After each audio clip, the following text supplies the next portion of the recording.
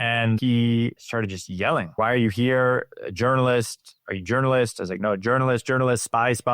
And he was like, "Jail, jail." I was like, "What do you mean jail, jail?" And then he grabs my arm and physically escorts and perp walks me. Imagine like a perp walk. There's all these shopkeepers that are there with their eyes wide open, looking at me, pointing at me. And he walks me over to this jail cell, more than 100 degrees outside. I've got no one around. He's taken my phone, makes me unlock my phone, and puts me in this holding cell. But I was like, this is just insane that you're holding me here. There's no one that speaks English. How long am I going to be here for? Eventually, these guys call the head of national police for Djibouti. I have to wait 3 hours for this guy to drive over to this village to come interrogate me. Hey, I'm Matt Bowles, and this is The Maverick Show. Stories from around the world about what really happens when you build a life beyond borders. I just want to start off by letting you know that I have recorded a free video training for you on stylish minimalist packing, which teaches you how to travel the world with carry-on luggage only without sacrificing fashion and style. Now, I have been a full-time digital nomad for over 10 years, and I go to beach locations and ski slopes and dressy nights out and local cultural events, and I never check a bag. And my carry-on includes a 3-piece suit, a professional podcasting studio, an espresso maker, a wine aerator, and the list goes on. Now, I have been teaching workshops around the world at nomad conferences about how to do this, and I have finally distilled it into a 60-minute video training that I recorded for you, and you can watch at themaverickshow.com/packing. It's completely free. It's just going to ask you for your email, which will put you on to the Maverick Show's Monday Minute email newsletter list if you're not already subscribed. And then you can press play and watch the video. It's waiting for you right now at themaverickshow.com/packing. And now let's get into the episode. This is part 2 of my interview with Cameron Mofid, who became the youngest person to travel to every country in the world in 2025 at age 25. In part 1, we talked about how he developed his passion for travel, but also his choice to set off on this journey to visit every country as a form of real-world exposure therapy to help heal his debilitating anxiety and OCD. He talked about his Iranian and Egyptian heritage and his experience traveling to those countries. He also told stories about his travels to Yemen, Iraq, Suriname, Venezuela, Pakistan, and what it was like to cross the land border into Afghanistan and why visiting Afghanistan turned out to be so fundamentally transformative for him. So if you haven't heard part 1 yet, you can go back and listen to that after you finish this one. But right now, in part 2, we're going to talk about his remarkable journey through Africa. You'll hear stories that range from winding up in jail in Djibouti to starting a nonprofit in Nigeria. And you'll hear the story of how he was finally able to get into North Korea as his last country, what that experience was like, and how the whole entire journey changed him as a person. So please enjoy the conclusion of my interview with Cameron Mofid. Well, I also want to talk to you about your travels on the continent of Africa, and I think the place I want to start is South Sudan. You spent time with the Mundari tribe. For people that have never heard of the Mundari tribe, can you give some context and then share what your experience was like?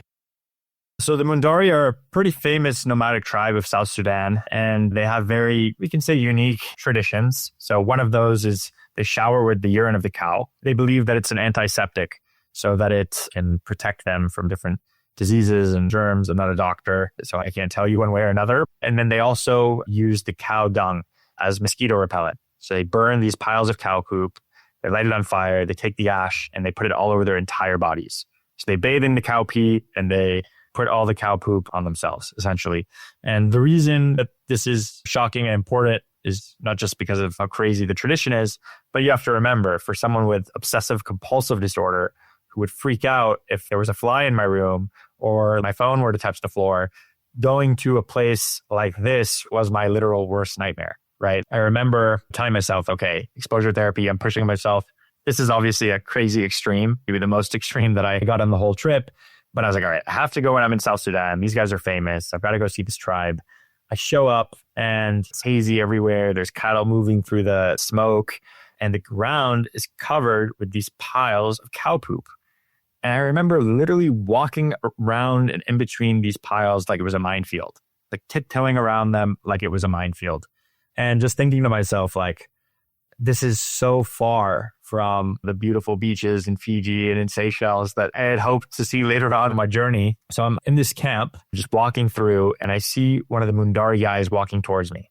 So this guy has cloth all over him. He's got this V-shaped tribal scar on his forehead, and he's carrying a massive gun in his right hand.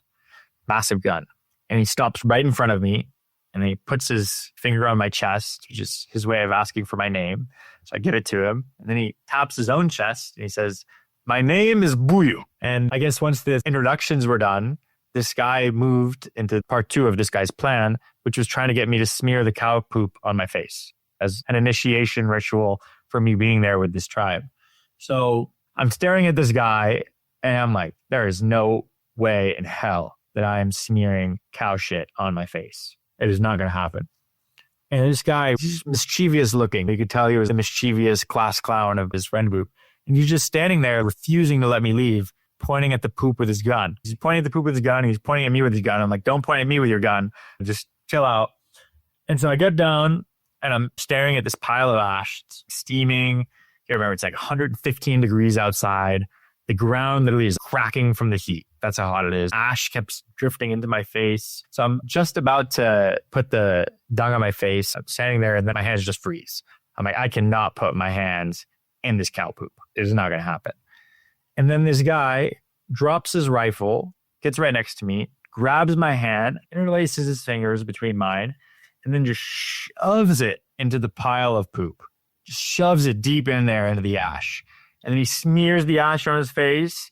And then he just looked back at me and gave me the eyes. Now it's my turn to do this. This story sounds so ridiculous, and it is so ridiculous. And I just remember saying to myself, this is happening. I'm in South Sudan. And thinking back to a few years earlier, I used to have to wipe my desk 100 times over if I thought that there was a speck of dirt on it. And I had this guy in this tribe in remote South Sudan trying to get me to smear poop on my face. And I started laughing, and I was like, this is extraordinary.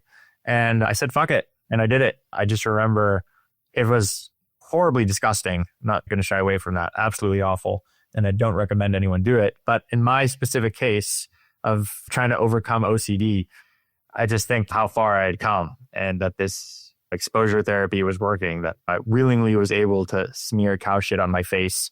And if I could do that, then all of the other things that I didn't think I could do growing up were possible. Well, I heard that you also ended up in jail in Djibouti.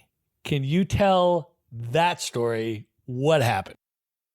So I'm in the markets in Djibouti, and this is a country that doesn't receive lots of tourism, very centralized government. A lot of the countries in Central Africa, they have very paranoid, suspicious governments. It's a little odd, but Djibouti is one of those countries. So I'm in this market. And in Djibouti, they chew something called khat. It's green plant leaves, and they chew it, and it makes them high.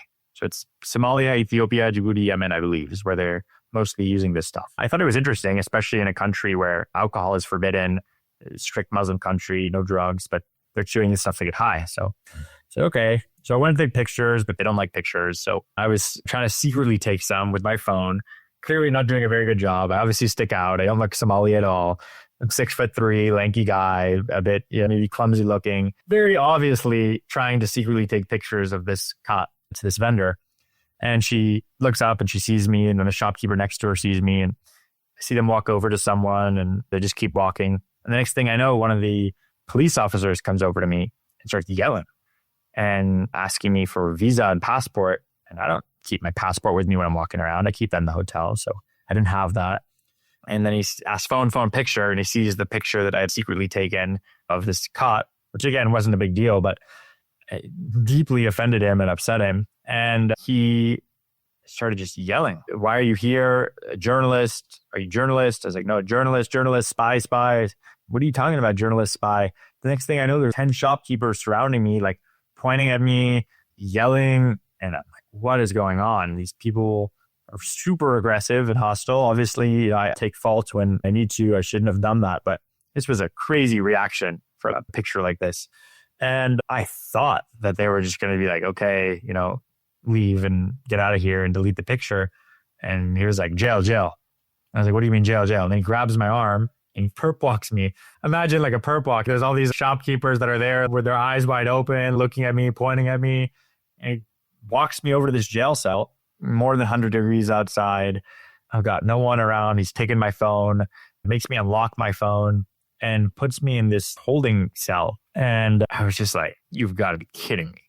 And I actually wasn't worried. I knew I hadn't done really anything wrong. And I knew this whole thing was ridiculous, but I was like, this is just insane that you're holding me here. There's no one that speaks English. How long am I going to be here for? Eventually, because these guys have nothing better to do, they just love to create problems for no reason for themselves, call the head of national police for Djibouti.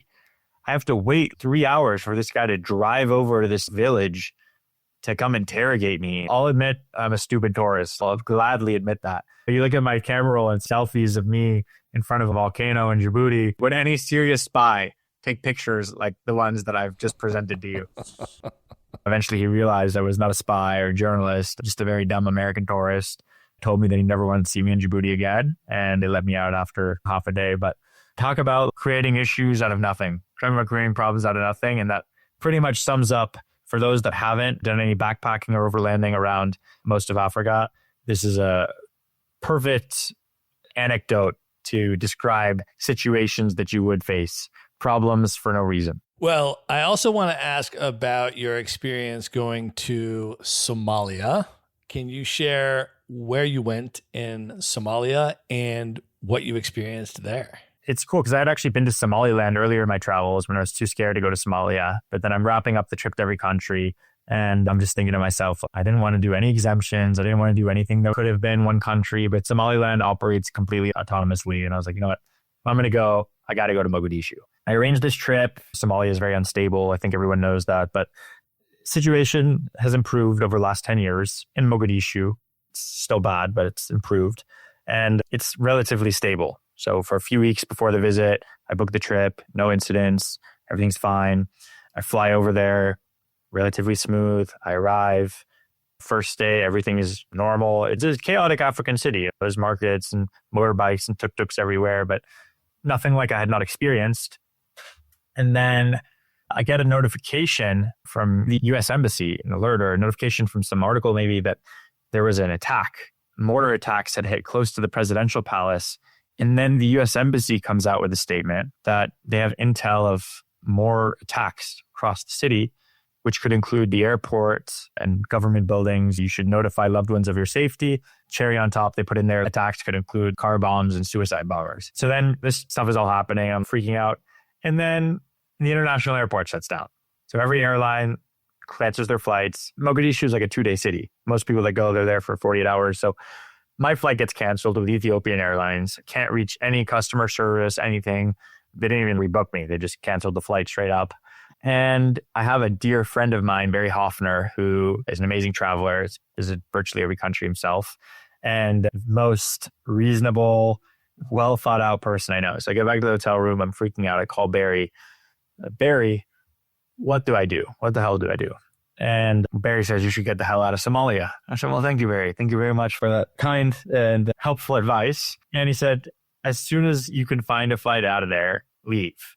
Because no terrorist would attack the airport when they've just come out with a statement that they're planning to attack the airport. They're going to call off their attack. There's going to be heightened security. And I just think you should get the hell out of Somalia. So international flights were canceled, but the domestic flights were not. They consider Mogadishu to Hargeisa, Somaliland, a domestic flight. Somalia does not recognize Somaliland. It's like a 7 a.m. flight. Wake up, it's still dark. I find a tuk-tuk to take me to this bus stop. And then I get on this bus which is security and military, putting bomb scanners under the bus, 15 separate checks. And that's not an exaggeration. From the time I got there to I got to the check-in counter. And then I think 3 rounds of you get off the bus, put your stuff in, dog comes in, take your stuff off, whatever it is. And I took Barry's advice and I got the hell out of Somalia. I flew to Hargeisa. It's funny, I was actually going to Eritrea. So instead of very easily being able to fly from Mogadishu to Addis, Addis to Eritrea, I went from Mogadishu to Hargeisa, Hargeisa to Dubai, and then Dubai to Asmara. So it was a nightmare of a day. The main lesson to take out of this is that for us, this is a crazy experience.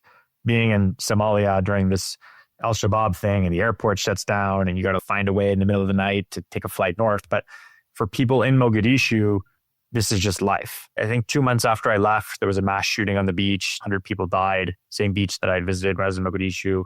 This is not uncommon to have these sort of unexpected attacks. It's what you and I live in a very stable country.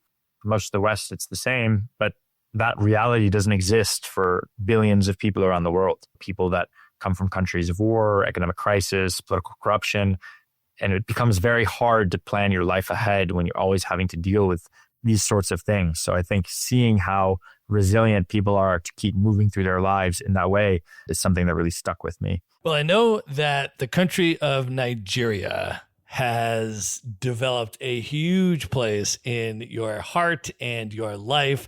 And I would love to just start off with your very first time going to Nigeria. I've actually heard you say in another interview, you were asked what country in the world has the best music? And you said Nigeria. And I have to tell you, that was the reason that brought me to Nigeria. I was just so enamored with all of these Afro beats that I had heard around the continent and other places. I was like, I have got to go and spend at least a month in Lagos. Oh, our kids that we support in my nonprofit, which I'll speak about, they're such good dancers. And so when I get back to the States, every time I feel like shit because our kids dance so well and I'm so uncoordinated. So I actually signed up for an Afrobeats dance class here in San Diego that I've been going to because I only listen to his music.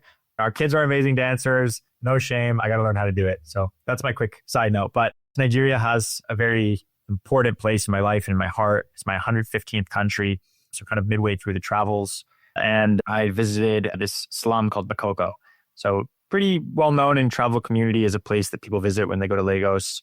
And essentially what it is a fishing community of 200,000 people who live on wooden stilts above a lagoon filled with sewage. So this is not Venice. This is black water, overcrowded, people dying from all sorts of different diseases. And I just remember thinking to myself that of the 115 countries I'd seen, majority of the world, this was the worst poverty I'd seen in my entire life.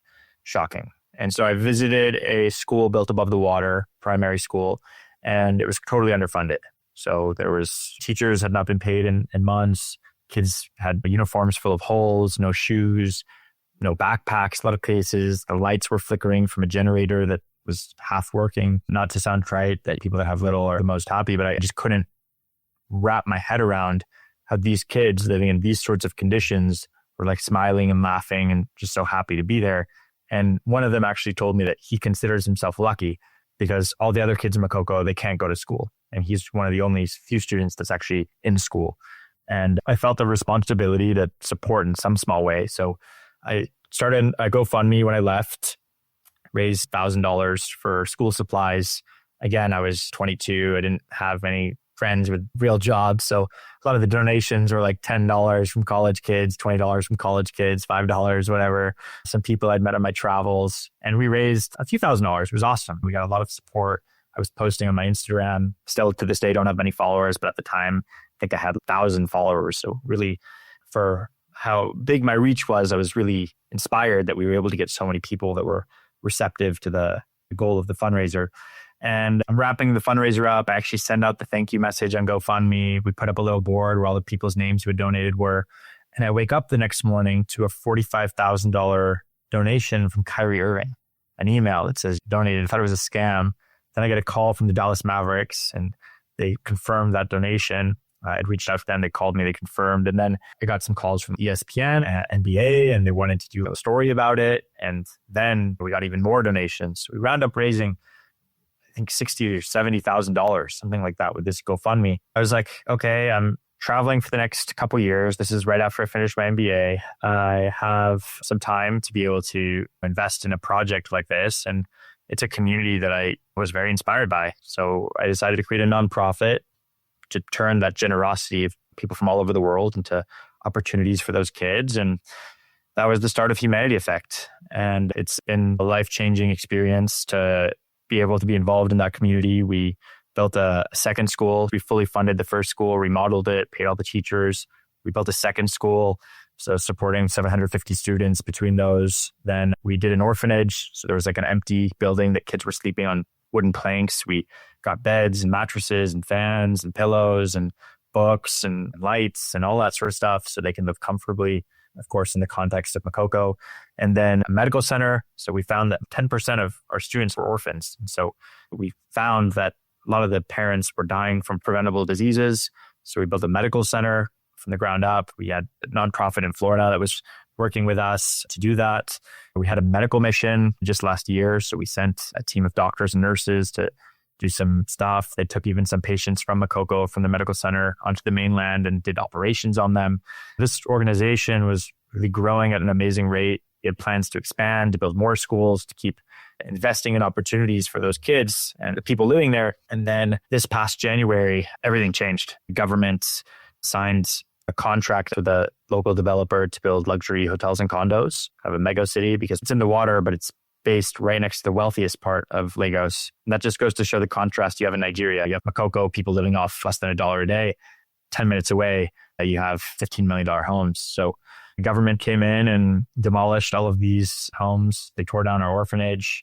Our schools were badly damaged. They're still standing for now, but they displaced more than 20,000 homes. I actually went this past March and saw all of that, and heartbreaking. We had a lot of support from our donors. We've now been in year 4, so a lot of people that were willing to support us and believe in our mission. And we're now just confirming the final steps for a solution to partner with a new nonprofit to create something on the mainland. The orphans can still be supported from Makoko. Our goal is to be able to move them to this new project that we're working on and continue to do nonprofit work in Nigeria. It's just sad that we talk about in Somalia, the instability that people face every day, that uncertainty, and that you and I can in some ways plan our lives, career, maybe finances, parenthood, marriage, whatever, but people there, things like this, mass shootings on a beach in Somalia, or having your home bulldozed and lit on fire. All of these sorts of things are just things that are totally out of your control and can totally tear apart your life. And yet, despite that, our kids, people living there, they're still finding ways to move through and to persevere. And I think that's just a testament to the resilience of that special community. Well, your final country was North Korea. Can you talk about your attempts to visit North Korea and then the context in which you finally made it in as your last country? So there's a few attempts to go. The first one was there was a Danish traveler who is an awesome friend. We worked together in Nomad Mania, who was organizing a trip through the Swedish embassy for us to be, sounds ridiculous, but table tennis investors, a delegation of sports table tennis investors. And this was going to be the way we were going to get in. So we applied, we sent our stuff to Sweden. Fun fact, Sweden has an oddly close relationship with North Korea. They're like the liaison between the West and North Korea. And the visas get approved. Everything is supposed to be good. And then a week before the trip, the consulate cancels the trip, said there was a monkeypox outbreak or something. I don't even know if that's true. North Korea operates very mysteriously. Maybe he had no idea why he had to cancel. I really don't even know. So that gets canceled. At this point, I'm still trying to set this Nomad Mania record, which is now 25 years and 3 months old. And I'm 24 years and 11 months. So I'm 4 months away. This trip gets canceled. They announced that Rason is opening. So special economic zone in the north of North Korea. They sent one group. I was like, great. I signed up for the first trip. It was going to be on my birthday. So my 25th birthday, I was going to be in North Korea. And then we get the flights, everything is approved, hotels, tour, ready to go. I even print out a sign that says March 16, 2025, my dream comes true. I bring that with me, pack it in my bag. And then 2 days before, canceled. So I'm heartbroken. I made it to 194 countries. I was 4 months away from this record that I thought I was going to get. And then, surprise announcement, North Korea is reopening, this time not for tourism, not for business, for Pyongyang Marathon. So foreigners would be allowed in the capital, contingent on having to run some portion of this race. So I signed up right away. But I see you smiling. Don't give me too much credit. I ran for the 10K, not the full marathon. My goal was to get in and out of North Korea safely and alive. And I think going into cardiac arrest was not going to help my chances of doing that. So signed up for this 10K race. And a few weeks later, reprint a new sign. So I changed the date from March 16th to April 3rd. My dream comes true. Put it in the bag, fly to Beijing, pick up this athlete visa. And then the next day, make it onto this last flight of my journey to every country, which I'll never forget getting that last stamp. That guy looks at me in the eyes and stamps me. I ran off the plane. I wanted to be the first person to get the stamp because I was like, I'm the first Westerner in Pyongyang in 5 years. This is so cool. I don't want to put North Korea into a single story that people think it's totally futuristic and weird, but in some ways it was, because streets and the nights, you have creepy classical music playing on loudspeakers on the streets. They have to have a picture of Kim Il-sung and Kim Jong-il hanging in their apartments. Most of the buildings look the same. And then you also have this juxtaposition of that weirdness and then people going on their daily lives, riding their bikes to work, going to bars, having dates in coffee shops. So it is two worlds living in one. The craziest place I've ever been by a mile. I don't want to say I encourage people to go check it out for themselves because I don't want to be liable if anything goes wrong, but I'd encourage people to look into it and research the place. And then the climax of that was this Pyongyang race. So morning of the race, it's cold, city is covered in fog. And I line up next to the other runners, starting gunfires, and I just romanticizing life, right? That's how I do things. So I'm running through the streets and I'm just thinking to myself, every moment, every setback I had has now led me here to this moment running through these streets.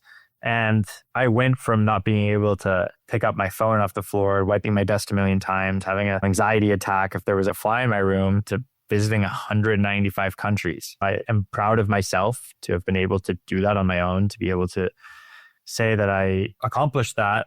And maybe the world knows that I like these kind of dramatic moments in a sense, because I'm running through these endless rows of gray buildings. I'm exhausted. And yes, it's a 10K, but I'm still exhausted. I'm not a runner. And then I get into the stadium and there's 50,000 people that are cheering in unison. And I think what happened was they thought that I was first place in the half marathon. Really, I was last place in the 10K. That's what actually happened. So I go into the stadium and they go insane. They're like, Joe. They didn't do this for the other runners. Joe, making all these chants and standing up. And I put my hand up and I'm, running, and it was surreal. And when I finished, the record was awesome to get that from Nomad Mania, to have completed a trip to 195 countries. But more importantly, it was like I finished this journey, and the things that I used to not be able to do, I could do today. And my life, I would say my OCD is 80 to 90% better than it was when I started. Things that I couldn't have ever done before. I could never have considered having even a girlfriend, living with someone, having certain friendships, going to a place like the Mundari tribe in South Sudan, finding a way to get into Taliban-controlled Afghanistan after being interrogated, being stuck in Somalia during an attack, sitting in a jail cell in Djibouti, being on this thunderstorm in Suriname. Like, these are all things that were absolutely inconceivable to me a few years before. I like to tell people that there's a lot of poetry in having finished my journey with a race, because for my whole life, I felt like I was running. I ran away from San Diego, my parents. I didn't speak to them for years, didn't speak to my brother, lost all my friendships. And finishing with a race, this was like the first time that I didn't feel like I had to run anymore. Stop running from myself. And the reason why I encourage people to travel so much is because I think in some way everyone is running from something. And I think that travel, particularly solo travel, is a beautiful way to reconcile all of those things. Some people have social anxiety, some people depression, some people are workaholics, some people alcoholism, gambling, whatever it is. I think you really get to understand yourself better just being in a totally different environment where you're not surrounded by the normal distractions that you are in your day-to-day life. Well, I watched your TEDx talk, Cameron, and it was very interesting because that was over 5 years ago that you did your TEDx talk. So I'm curious, at this moment in your life, if you reflect back on that, two of the themes that I pulled out of the TEDx talk were, number one, saying yes when it's easier to say no. And number two, your memories belong to you and you owe it to yourself to keep them. At this moment, when you think back on those two principles that you shared 5+ years ago, what do they mean to you today? I'll start with the second one, actually. So the memories one, I think I have done a good job of this. I think it's important, which is that I think a lot of people make all these great relationships and then they lose them. They let time go. Keep in touch with your friends, especially your travel friends. Really do try to stay in touch, and social media has made it easy. And I'm going to a wedding in a couple months with a dear friend from Colombia who I had met in Spain. Like all of these sorts of things and people that you cross paths with, you think you owe it to yourself after having those amazing experiences to hold on to them. So that's what I mean by that. I stand by that 100%. And what you said, the first one, saying yes. So this actually, the way I meant it is not being a yes man, saying yes to everything. It means saying yes to yourself. And that's what I really meant by that, is like saying yes to yourself. And I think a lot of times I knew that something needed to change in my life. I recognized that not everyone has the opportunity to travel to every country or travel at all. There are different things that prohibit people from doing that. But I think we all have opportunity in some way to say yes to ourselves and our own lives, making some sort of change and not being complacent in that. And for me, obviously, it was starting this mission. It was trying to find ways to push forward and over and over and over again. But the biggest transformations that we have in our lives come on the other side of something difficult when we say yes to ourselves. Because if we're never going to say yes to ourselves, we're never going to be able to do that thing that's going to push us to do the next thing and the next thing and the next thing and the next thing. I haven't heard that talk. I haven't watched it in 5 years. Probably should. It would be good for me to see that. And now as a professional speaker, that was earlier in my travels when I gave that TED Talk. Before I went to any of these crazy countries, it was right after my gap year. So to see how those lessons have evolved, those stories have evolved, to share new insights that have changed me, and also to share the ones that you've just mentioned. I want to ask about that transition into being a public speaker. And I'm also curious, just in general, now that you have accomplished this goal, this multi-year quest, how does that feel? Does it feel the way you thought it would feel? How does it feel to no longer be actively in pursuit of this giant goal? And how have you now transitioned into the public speaking, and talk a little bit about what you're up to now? I'll be honest. So when I finished, you have this moment of euphoria, and I don't want to in any way, shape, or form compare myself to a professional athlete, because I don't deserve any sort of credit to that degree at all. But when you hear a professional athlete saying that they've accomplished something big, then they have that celebration, and the next day they're like, now what? I did this great thing, and then now what? And you feel a bit empty. And that is how I felt. I was like, after I finished, I'll figure out what I want to do with my life. And there was about a year, 6-7 months, where I wanted to find something I was as passionate about as traveling. I thought about working in sports and tennis potentially, but I really lacked that sort of direction and that ignition that I had inside of myself when I was traveling. And so funny enough, I found speaking. My brother had a friend who recommended it. I didn't even know that was a career. And I knew that people speak, right? I didn't know people speak for money, or that there's events that you could speak at and that you could do that and create a keynote that could impact people and really transform their lives. And I love writing. I love speaking. I love storytelling. So these are all things that flow very well into this. And of course, you're creating your own business, you're creating your own brand. So being able to invest a lot of time and energy into that and to starting something that I hope will be a great career, but also I hope will impact a lot of lives. So if I can encourage people to overcome their greatest fears or break through whatever they feel is holding back their lives, whether that for me was OCD, for some people it might be childhood trauma, addiction, or whatever regrets that they might have in their lives, to be able to move past that and achieve more, that would be, I think, the greatest gift of all. Well, you are going to be giving a keynote speech at the Extraordinary Travel Fest in Bangkok, Thailand in October. If people would like to hang out with you and me there in person, we will link up in the show notes how you can get your tickets, and you can get a special discount by using the code Maverick for $100 off. But Cameron, for people that have never heard of the Extraordinary Travel Fest, can you share a little bit about what that community is like and what you'll be speaking on? I think the travel community is just awesome, because people that are like-minded, that want to see the world. I think everyone too is chasing something, right? Most people that just say, I want to travel the world to do it, they have a reason. They love, whether it's geography, learning about people, learning about history, learning about themselves. So you're really surrounded by the most extraordinary group of people in the world, in my opinion. I went 2 years ago and I was blown away by the talks that I had heard from a mom who was married to a Mauritanian and moved to Pakistan and married a Pakistani, to someone who climbed every peak in 54 countries in Africa, to someone who visited every country in the world without flying, to a blind traveler, to a woman who finished visiting every country when she was 80. The stories that come out of that place are extraordinary. And I couldn't wait to be back. Really happy to speak about my nonprofit work. I think that a lot of travelers are curious about how they can make a difference and a social impact in the places they visit. So hopefully I can give some tips and encourage people to be able to do that. I'm sure I'll be very nervous because it's funny, you guys are my peers. I feel like I'm speaking to a group of my peers. It's not like it's people I don't know. And I'm adjusting my talk quite a bit to make it a little bit more nonprofit, social impact focused, because most of the stories that I share, I think would shock most people, but not this group of people. So I have to do something that I think will leave you guys with a big mark. And I'm really excited to be able to do that, to share that memory with you in the coming months. Definitely looking forward to it. And anybody that wants to meet us there, we'll link it up in the show notes along with how you can get your discount.